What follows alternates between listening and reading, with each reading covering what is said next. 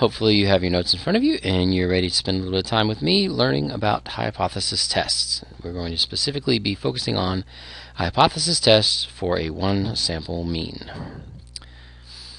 Here's an example to start us off. A government agency has received numerous complaints that a particular restaurant has been selling underweight hamburgers. The restaurant advertises that its patties are 1/4 pound, which would be 4 ounces. Now the question is, how can I tell if they are really underweight?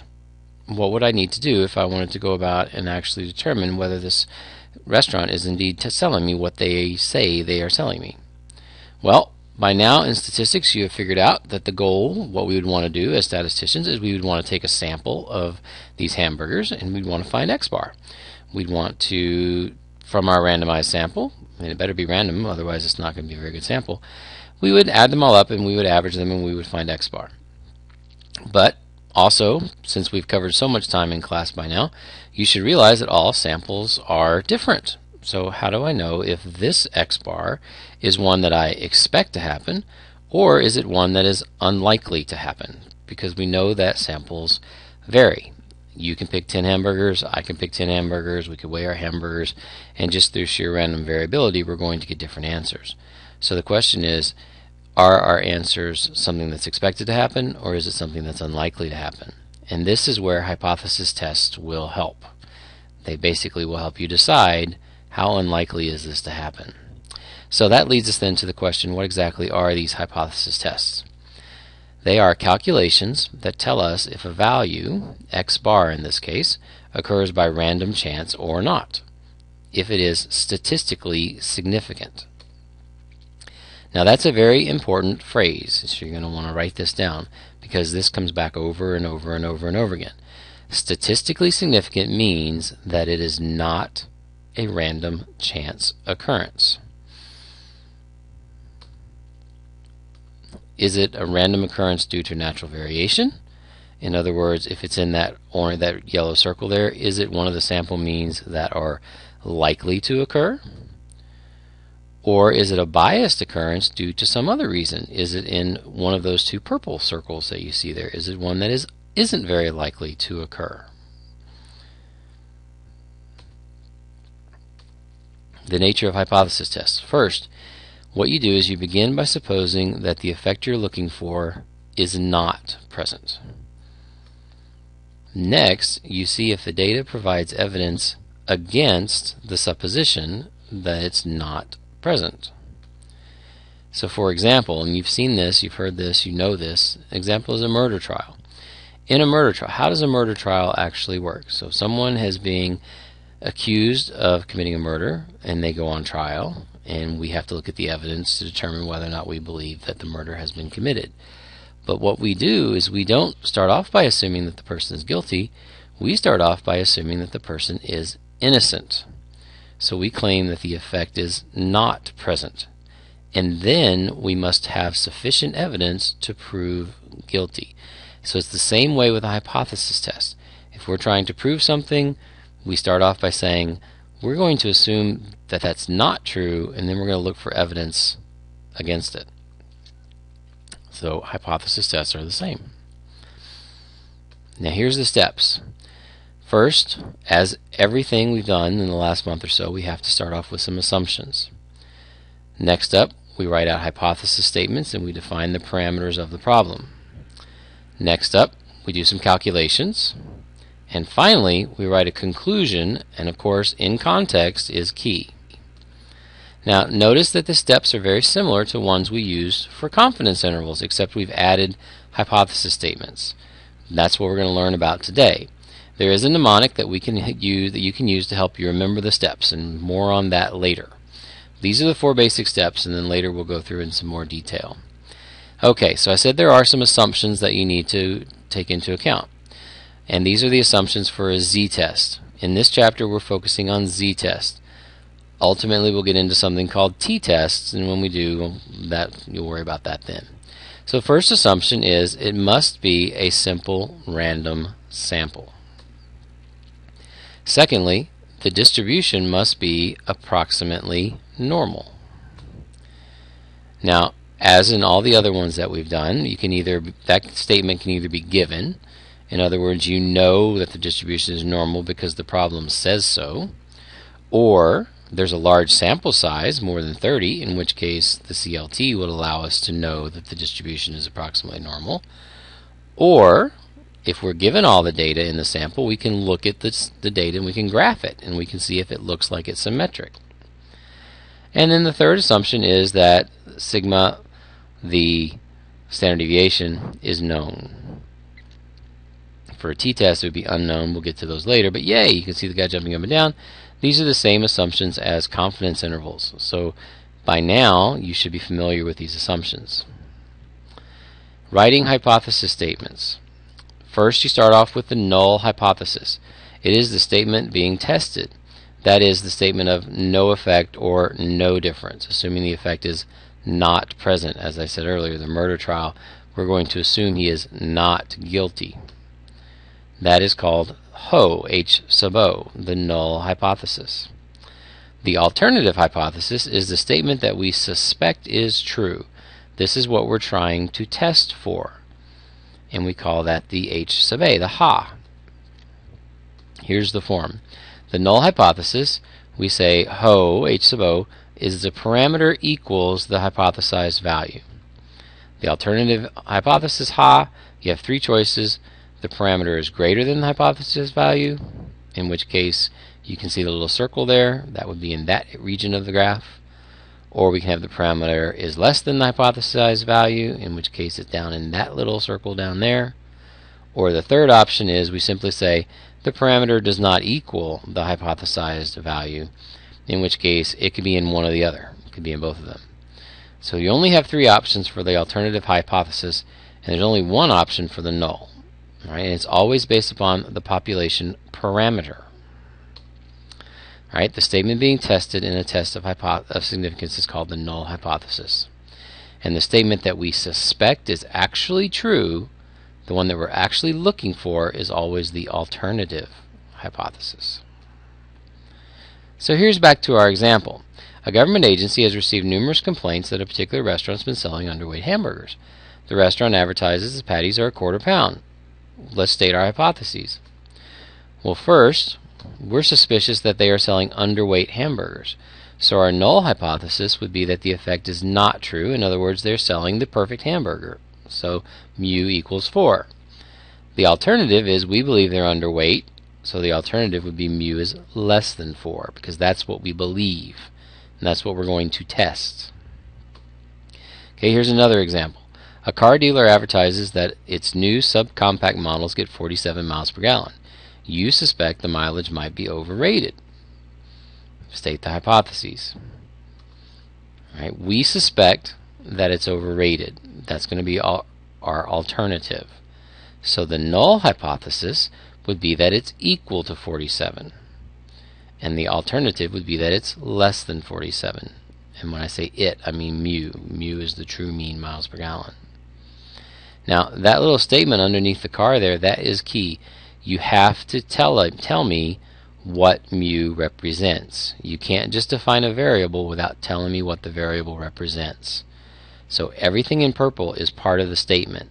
A lot of people just write the ho and the ha, and they leave off the part on the right-hand side, and make sure you're not one of those people.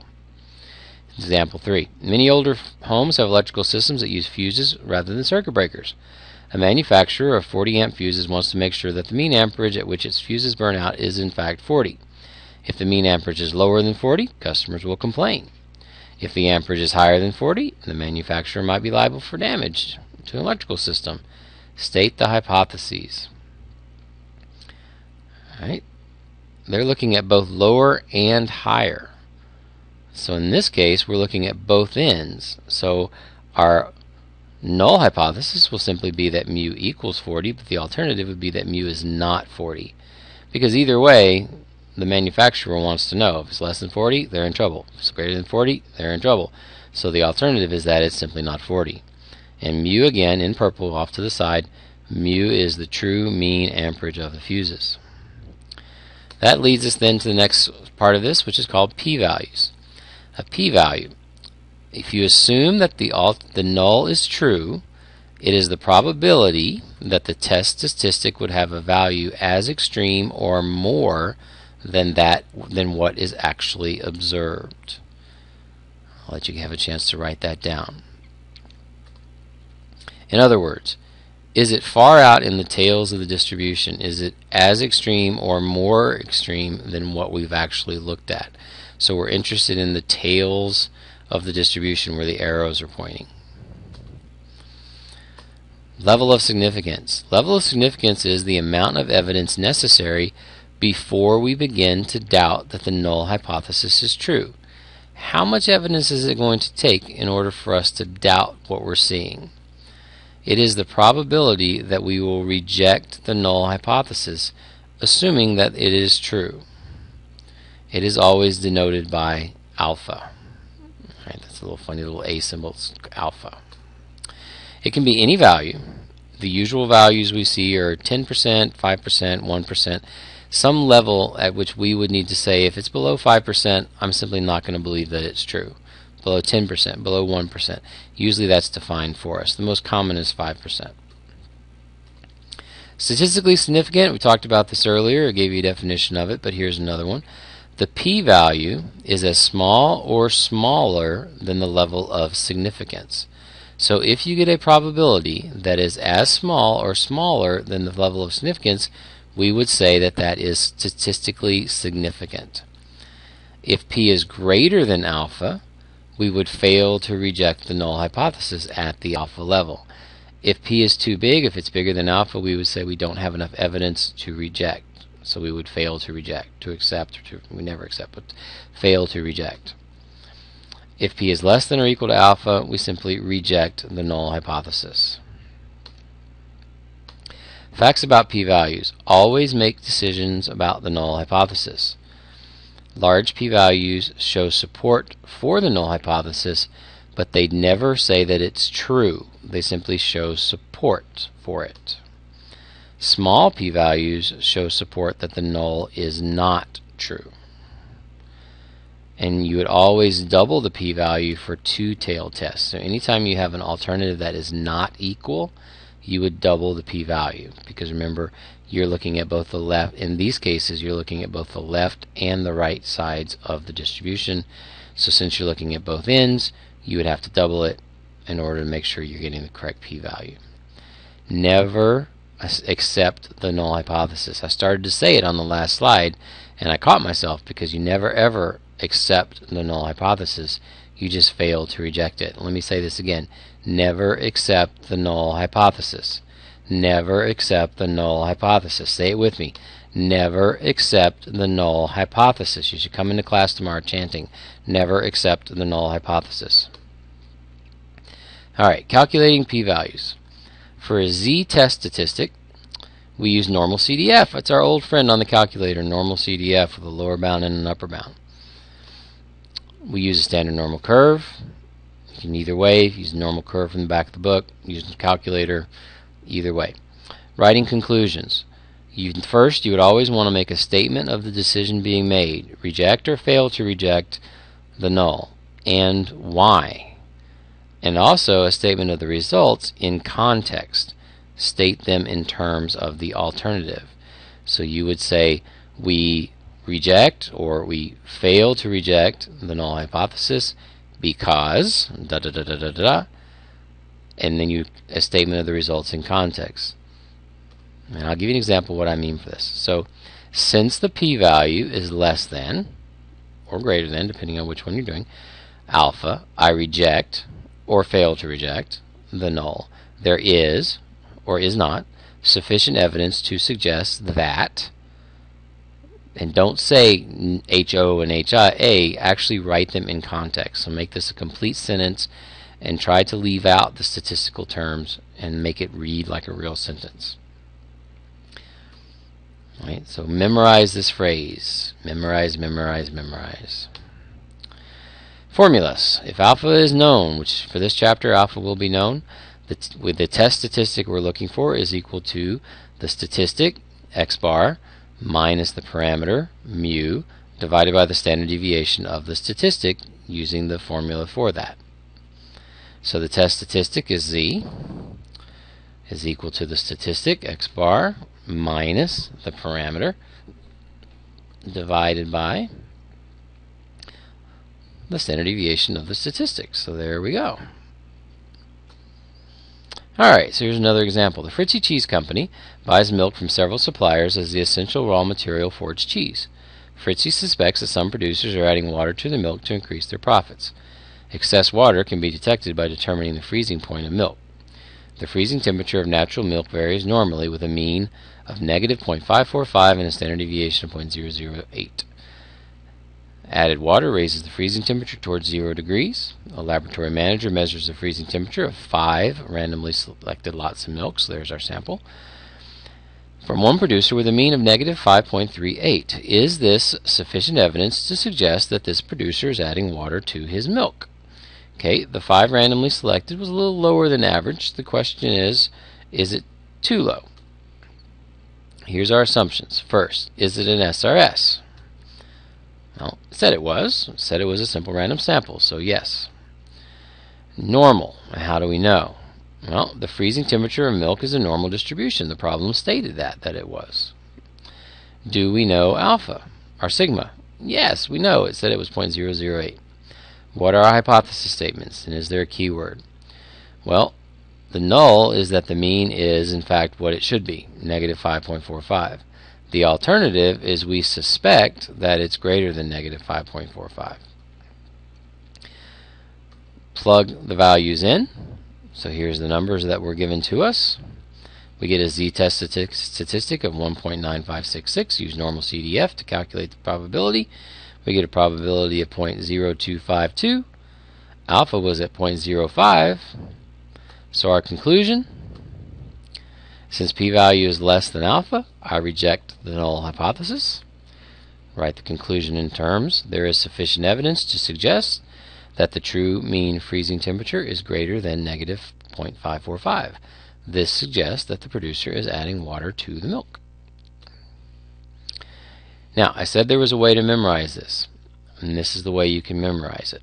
So the steps required, remember the word phantoms. The P stands for parameter, the H is for the hypotheses, the A is to test your assumptions, N is name the test, T, calculate the test statistic, O, obtain the p-value, M, make a decision, and then S, state the conclusion in context. So a nice way to memorize the steps required in every single hypothesis test that we're going to do. And we are going to do a lot of them.